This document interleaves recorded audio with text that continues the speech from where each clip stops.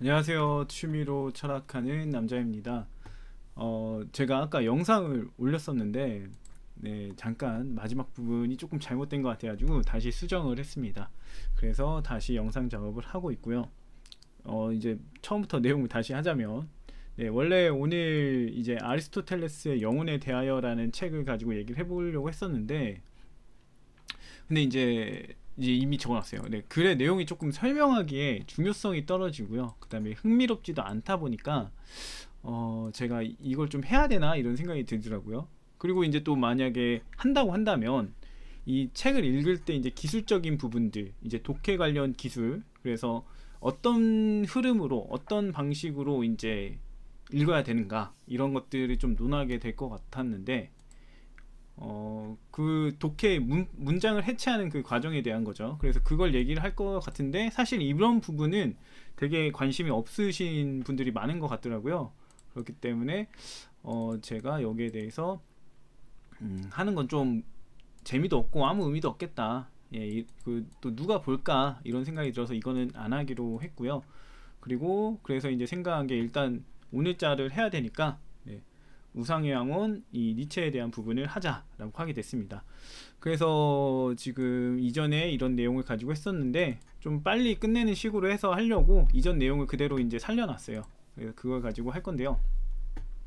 네, 일단 우상의 황혼 29절 부분입니다. 여기는 이제 우리가 사는 세상 사람들의 양심을 이제 고찰하는 내용이 담겨져 있어요. 네, 그래서 어떻게 하면 그렇게 되는가라고 보게 되면 이제 좀 알만할 것 같은데 일단 양심이라는 게 나옵니다. 양심이 이제 물어뜯었어요. 예전에 물어뜯었는데 그걸 예전에는 많이 가지고 있었다라는 얘기를 합니다. 여기가 의문형으로 나와 있긴 하지만 결과적으로는 굉장히 많이 가지고 있었다 이 얘기를 하는 거예요. 그래서 양심은 물어뜯는 애라고 할 수가 있죠. 근데 뭘 물어뜯느냐 라고 보게 되면 양심이 물어뜯는 게 뭐가 있을까요? 예, 잘못된 행동이나 일탈, 범죄 이런 것들, 네, 잘못된 것에 대해서 이제 양심이 이거 하지 마라 이렇게 얘기를 하게 된단 말이죠. 그래서 이 잘못된 행동이나 일탈을 좀 많이 물어뜯었었다 예전에 이런 얘기를 하는 거죠. 그래서 내가 사람들이 뭔가를 하려고 할 때마다 이제 물어뜯었다 그 행동을 하는 걸 예, 자아를 물어뜯었다 뭐 이렇게 볼 수도 있겠죠. 아무튼 그렇다라고 볼 수 있고 이제 예전에 많이 물어뜯었다라는 사실도 여기 나타나게 됩니다. 이 문장 통해서 그래서 보고 그 다음을 보게 되면 네 그것은 예, 양심은 이렇게 넘어가 버리면 예, 양심은 얼마나 좋은 이빨을 가지고 있었는가 이렇게 얘기가 나오는데요.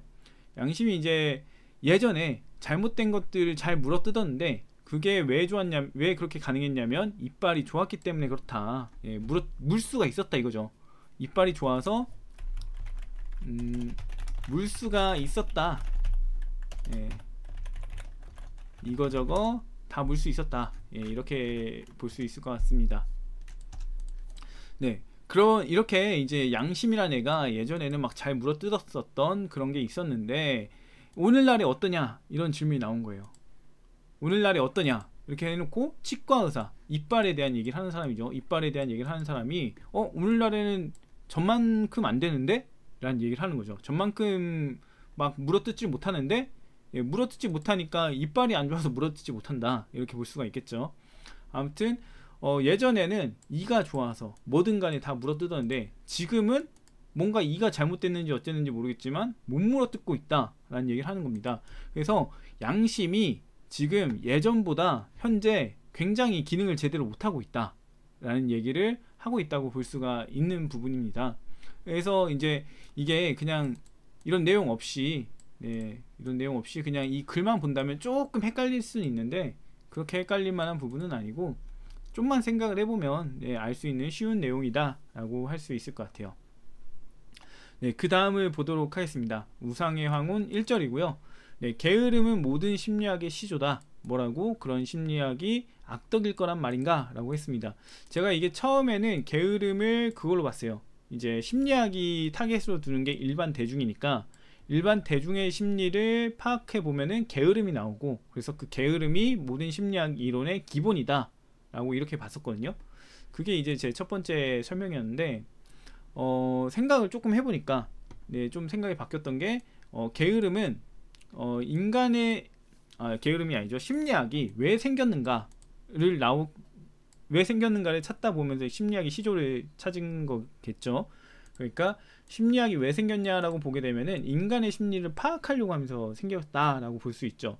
그럼 인간의 심리를 왜 파악하려고 하는가라고 했을 때 우리가 가장 쉽게 생각할 수 있는 거는 그 상대가 어떤 심리인지를 알수록 뭐 예를 들면은 뭐 사업을 한다던가 뭐 재판에 갔다던가 뭔가 겨룬다던가 이런 게 있을 때 타인의 심리를 잘 파악하면 그걸 이용해 먹을 수가 있습니다. 그래서 선동하거나 조종하거나 가스라이팅하거나 아니면 나한테 유리한 방향으로 이끌어갈 수 있는 그런 특징들을, 그런 장점들을 누릴 수 있게 된다라는 거죠.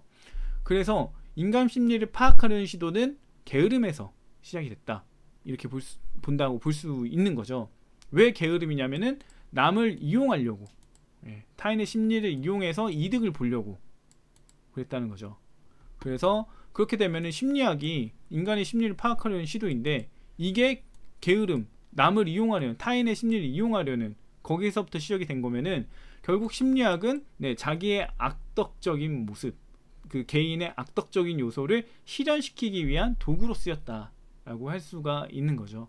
그래서 심리학은 개인의 악덕을 성취시키기 위한, 악덕적 목표를 성취시키기 위한 수단이었다, 이렇게도 볼 수가 있을 것 같습니다. 그래서 지금 오늘 본 내용, 두 번째, 세 번째, 네 번째 하다 보니까 아주 단순화가 되었는데요. 다시 한번 보면 양심이, 이전의 양심은 물어뜯을 것을 많이 가지고 있었고 그 다음에 잘 물어뜯었다, 좋은 이빨을 가지고 있어서 잘 물어뜯었다. 근데 양심이 오늘날에는 잘 못 물어뜯는다 라는 얘기를 하려고 우상의 왕혼 29절이 나온 거고요. 그 다음에 우상의 왕혼 1절을 보게 되면은 모든 심리학의 시조, 인간의 심리를 파악하려는 시도는 어디서 생겼냐? 타인의 심리를 이용하려는 게으른, 자기가 편해지잖아요. 타인의 심리를 이용해서 타인을 조종할 수 있게 되면은 편해지기 때문에 남을 이용해 먹기 위해서 이 게으름 때문에 나타났고, 그 게으름을 성취시키기 위한, 게을러서 남을 이용해 먹겠다는 그 목표를 성취시키기 위한 수단으로서 인간 심리를 파악하려는 시도가 나타났다. 그래서 심리학은 악덕일 거란 말인가 라고 이제 니체가 얘기를 했다라고 할 수 있을 것 같습니다. 아무튼 여러 번 해서 빨리 끝나긴 해서 나온 것 같고요. 다음에 좀 좋은 구절이 있는지 찾아보고 만약에 없으면은 이 부분을 다뤄보도록 하겠습니다. 오늘은 여기까지 하겠습니다.